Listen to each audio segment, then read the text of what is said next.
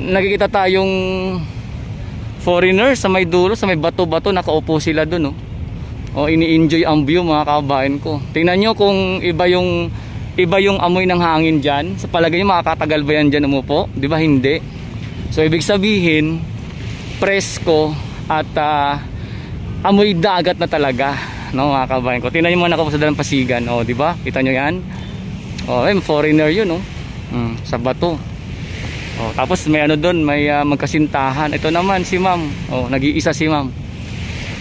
So ito po yung ating dalampasigan, mga kabayan. Ating simulan dito. Ayun, kung makikita po ninyo, no, wala pong halos na basura or kalat. O, ayan, no. O, ini-enjoy doon ng ating bisita, turista, no, yung view.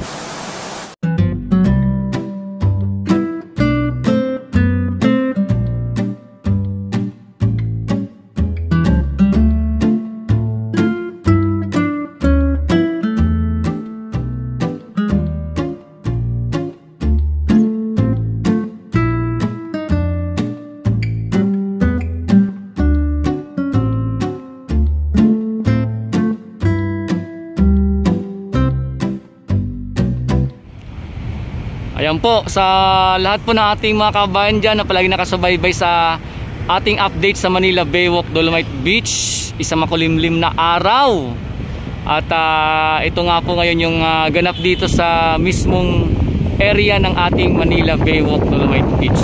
Kahit makulimlim at medyo yung pag-ambon, ayan po ating mga kabayan, i-enjoy yung kanilang pamamasyal dito. Ayan. Sana wag umulan para naman ma-enjoy ng ating mga kabayan, lalo na mga first time pumunta rito, no, lalo na mga lagali pa sa mga malalayong lugar at talagang nais makita o mapasyalan ang Manila Baywalk Dolomite Beach para masulit naman nilang kanilang pagpunta, di ba, mga kabayan ko. O, ayan po yung ating ano dyan, yung ganap. At maya maya lamang tayo pupunta sa may dalampasigan para atin mismo makita kung meron mang basura o wala, no? Kasi minsan may mga inaano dyan sa may dalampasigan, eh. Dito kasi makikita natin na malinis, pero pala sa may dalampasigan merong mga inaanod. So mamaya makita natin po yan pag pumunta po tayo, mga kabayan ko.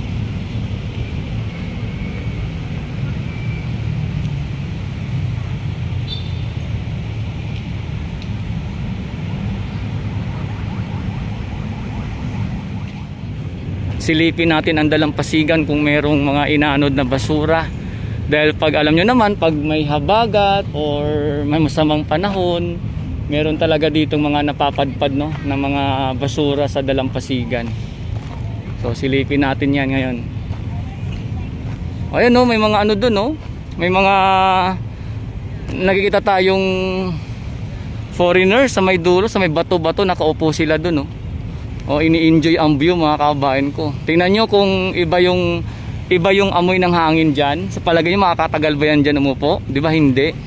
So ibig sabihin, presko at amoy dagat na talaga, no, mga kabayan ko. Tingnan nyo muna ako sa dalampasigan. O, di ba? Kita nyo yan?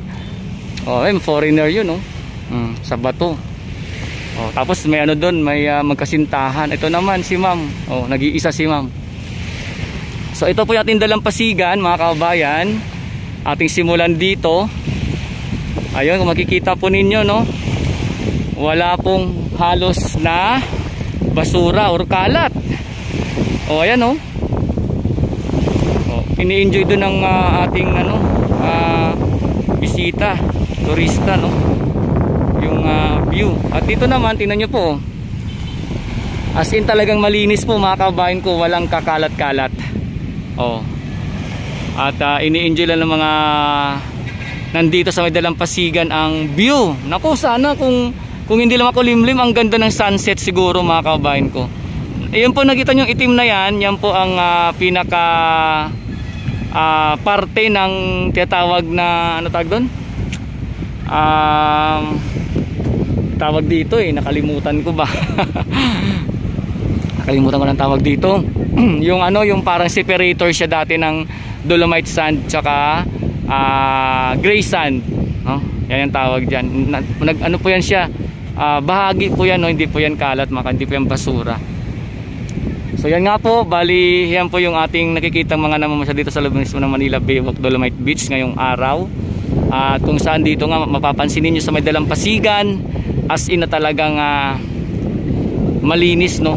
Walang kalat or walang palutang-lutang na basura, mga kabayan ko. Tingnan nyo naman, diba? Ang ganda pagmasdan, no?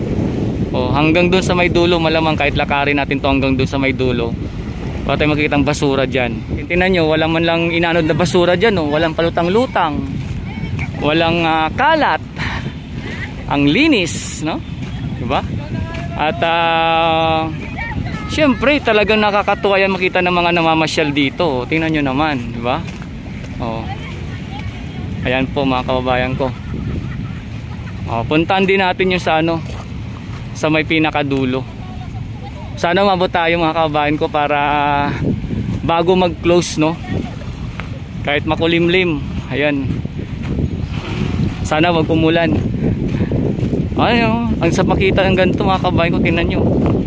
Wala man lang kalat-kalat at wala man lang palutang-lutang. Oh, nakakatuwa makita yung improvement at siyempre nangyayari dito sa ating Manila Baywalk Dolomite Beach. At higit sa lahat yung mga namamasyal nag-i-enjoy, no? I-enjoy talaga. Ayan, si Sir, napapakay pa si Sir, no? Oh, bye-bye natin hanggang dulo. O, tingnan yung linis, oh.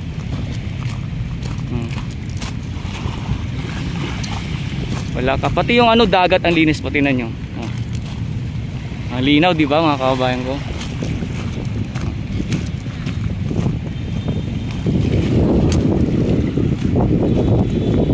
Grabe. Pag ganito ba naman kaganda yung ating dalampasigan dito, no? Kahit sabihin nyo palang, ano palang to, viewing pa lang, hindi pa swimmable, pero makikita mo talaga na nag-i-enjoy yung mga namamasyal dito kahit sa viewing lang mga kababayan. Oh. Doon sa may dulo, ayun po trust skimmer natin, kaya po siya dyan nakasadsad. Inaayos po yan mga kababayan ko. Meron daw po kasing sira yan, sabi ng ating natanong, no? Siguro isa po isa nag-ooperate. So ayan po yung ating update dito mga kabayan ko, no? Mapapansin po ninyo talagang halos po walang basura or kalat tayo nakikita sa ngayon mga kabayan ko. Yung palutang-lutang ba. Oh, at syempre ayan po yung mga ating mga kabayan na namamasyal at ini-enjoy lang po, no? Yung viewing dito ngayong araw sa Manila Baywalk Dolomite Beach. At syempre yung panahon natin makulimlim, pero ganun pa man, napaka-presko po ng hangin dito sa loob.